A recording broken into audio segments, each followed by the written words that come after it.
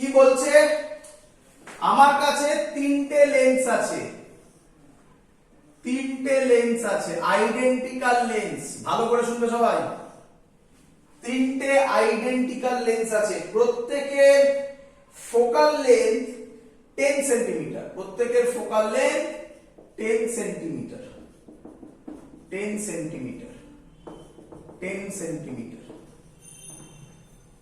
আচ্ছা, বলেছে অবজেক্ট আছে প্রথম লেন্স থেকে, এটার নাম L1 দাও, এটার নাম L2 দাও, এটার নাম L3 দাও। L1 থেকে অবজেক্ট আছে 15 সেন্টিমিটার দূরে। ক্লিয়ার এত অবধি?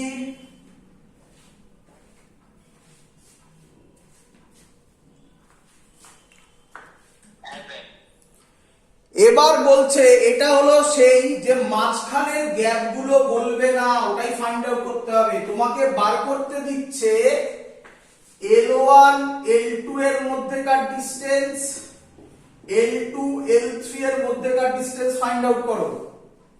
L1 L2 আর L2 L3 এর মধ্যেকার ডিসটেন্স ফাইন্ড আউট করো। বাট এটা ক্লু দিয়েছে, কি clue? Final image, final image, final image formed at the focus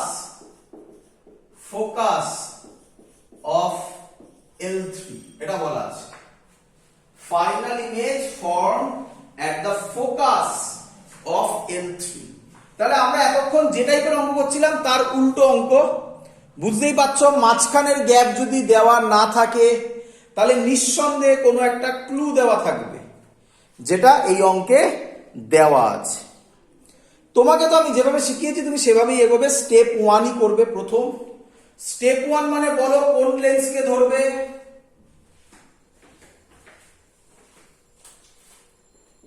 L1 lens left থেকে প্রথম, তাই তো নাকি? লেন্স মেকার ফর্মুলা কি হবে? 1/v minus 1/u is equal to 1/f। 1/v তো জানি না, u হচ্ছে -15, একেবারে করলাম প্লাস 1/15 করে দিলাম, f বলেছে +10। এটাকে যদি আমরা সলভ করি তাহলে v বেরোবে কত? 1/10 minus 1/15 বেরোবে 150, LCM হবে 10, উপরে 15 হবে, -15 10 হবে, মানে 5/150, 1/30, মানে v হবে +30 সেন্টিমিটার। ক্লিয়ার এত অবধি সবার?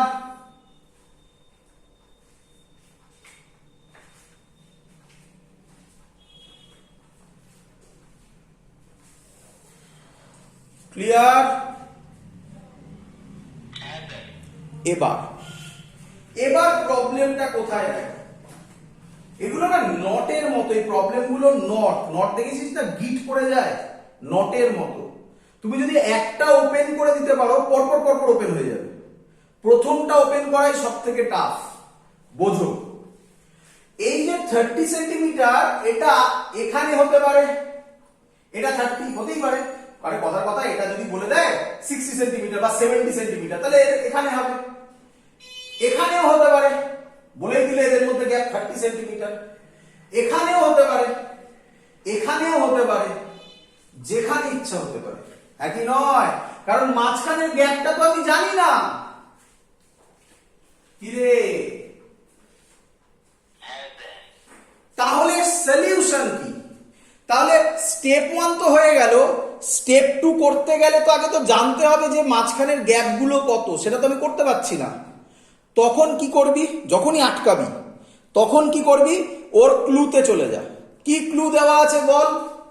Final image formed at the focus of L3। তার মানে ফাইনাল ইমেজ তৈরি হয়েছে এইখানে। এই গ্যাপটা কত বল? এই ডিসটেন্সটা কত বল হবে? ফাইনাল ইমেজ কত হবে বল? 10। 10 বল। এত কি বুঝলি কিনা?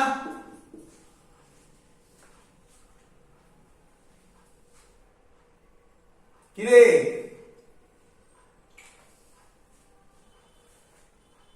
এত কি ক্লিয়ার?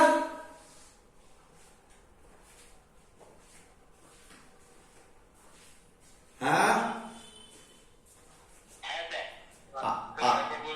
হ্যাঁ বা কোন জায়গাটা?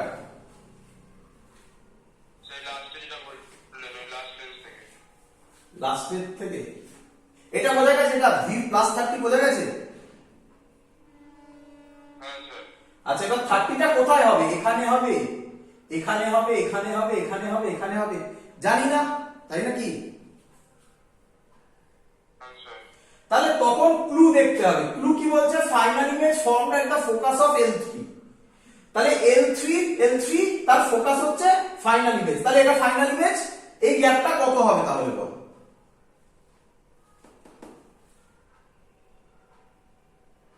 10।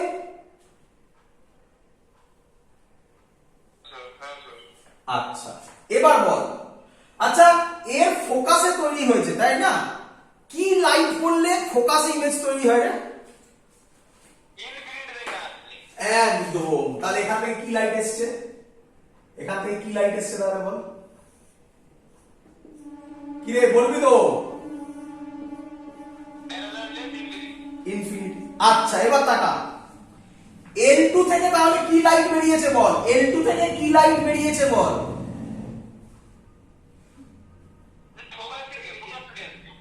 L2 থেকে প্যারালাল লাইট বেরিয়েছে তাই তো? তাহলে এর অবজেক্ট কোথায় থাকলে প্যারালাল লাইট বেরোয়? ফোকাসে। তাহলে এইটা এর অবজেক্ট হবে, O1 নাম দিলাম, মানে এরকম লাইট হবে। কি রে বুঝতে পারছিস?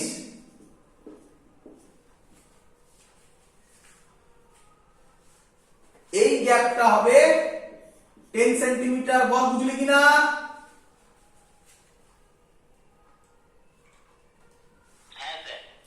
এবার বল, এটা L2 এর অবজেক্ট তাই তো নাকি?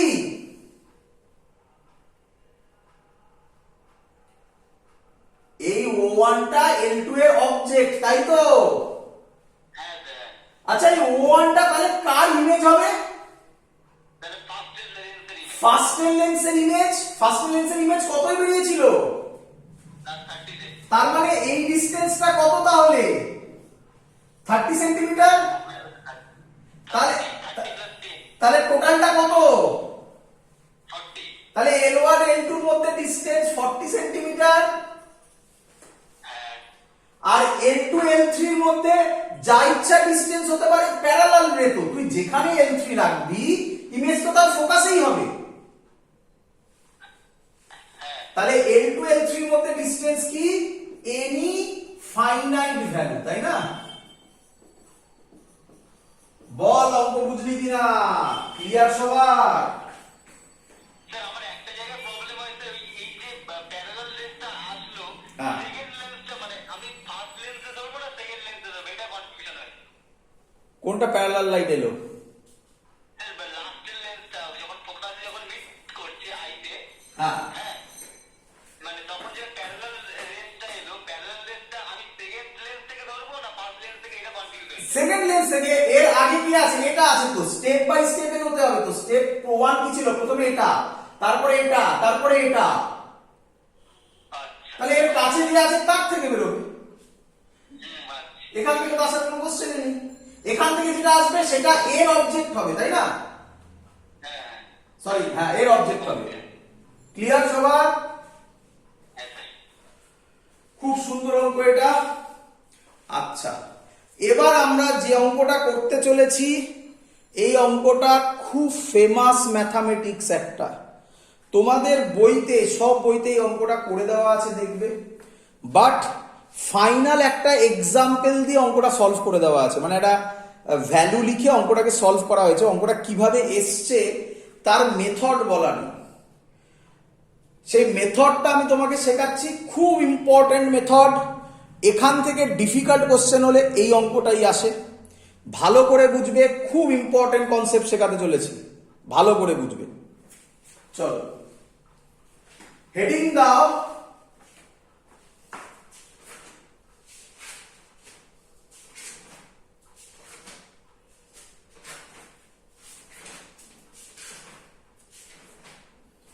silvering of one surface of a lens। খুব ইম্পর্টেন্ট ম্যাথামেটিক্স, ভালো করে বুঝবে। সিলভারিং। প্রথমে একটু টাইম লাগবে বুঝতে, একবার বুঝে গেলে তারপর তাড়াতাড়ি অঙ্ক সলভ হবে।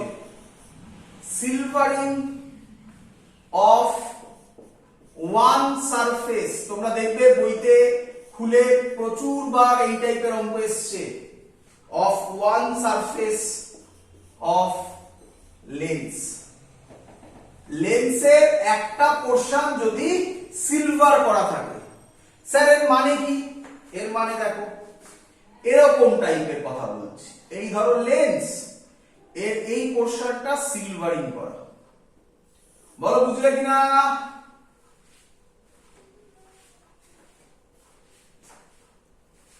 ক্লিয়ার?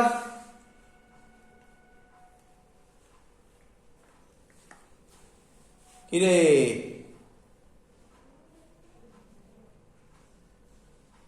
শুনতে পাচ্ছিস সবাই?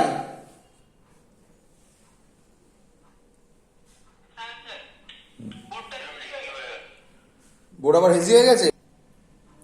আচ্ছা, কি বলতে চাইছে silvering of one surface of a lens মানে কিভাবে অঙ্ক সলভ হবে?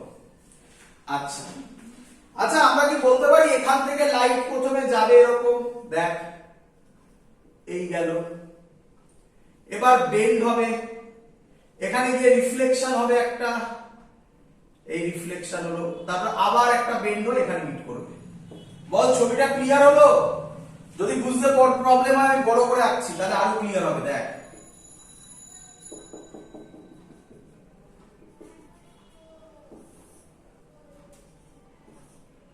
এই গেল, এক মিনিট আমি করে নিই।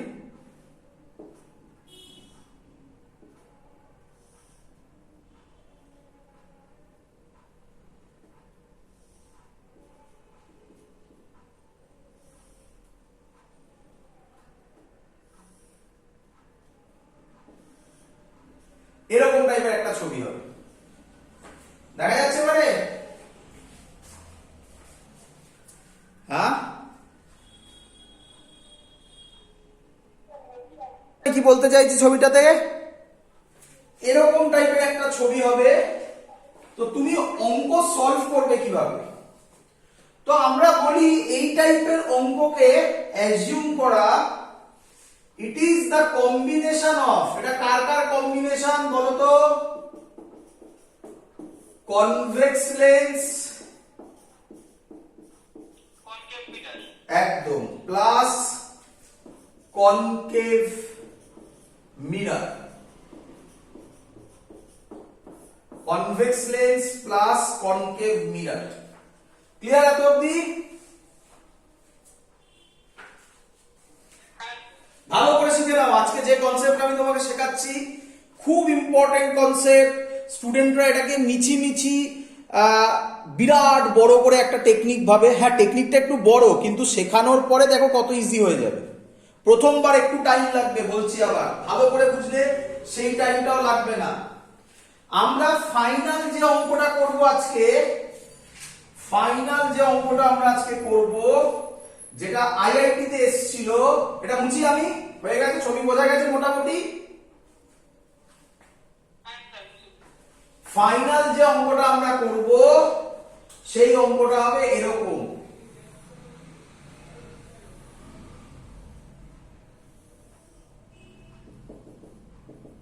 এটা জল ভরা আছে বা লিকুইড ভরা আছে এর মধ্যে, আবার এটা এখানে একটা অবজেক্ট বলে দেবে, এর ইমেজ কোথায় হবে বার করতে পারবো আরামসে আরামসে।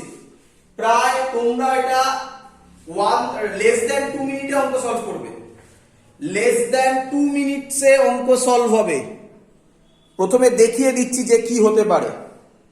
চলো আমরা টেকনিক শিখি, বাট যে টেকনিকগুলো আমি বলবো সেই টেকনিকগুলোকে ফলো করবে, অঙ্ক এক্ষুনি হয়ে যাবে।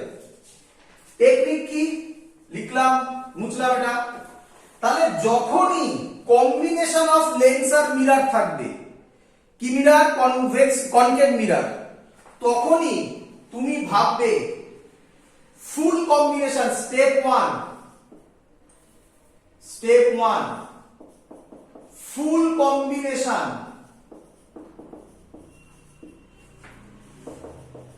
behaves as mirror. কি ভাববে বলো? ফুল কম্বিনেশন ভাববে, সে যাই হোক না কেন বাবা, গ্যারান্টি দিচ্ছি আমি, যাই হোক না কেন ফুল কম্বিনেশন বিহেভ করবে কার মতো বলো?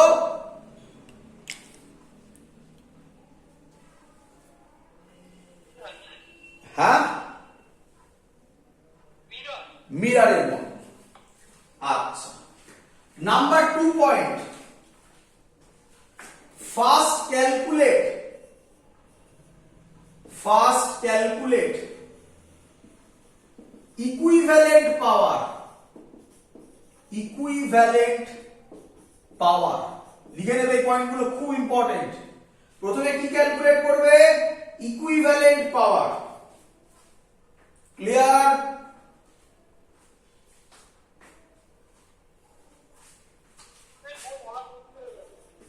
আবার বোর্ড আবার হেসে গেল। হ্যাঁ তাই তো, খুব ঝামেলা করছে ক্যামেরাটা।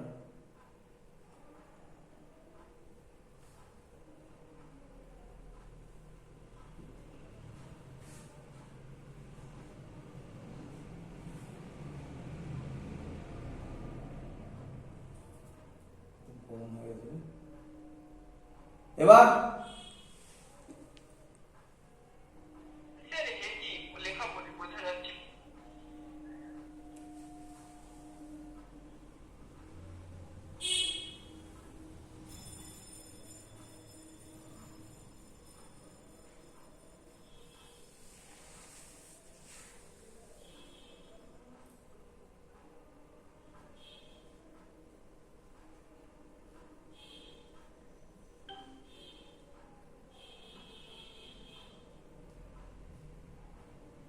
এবার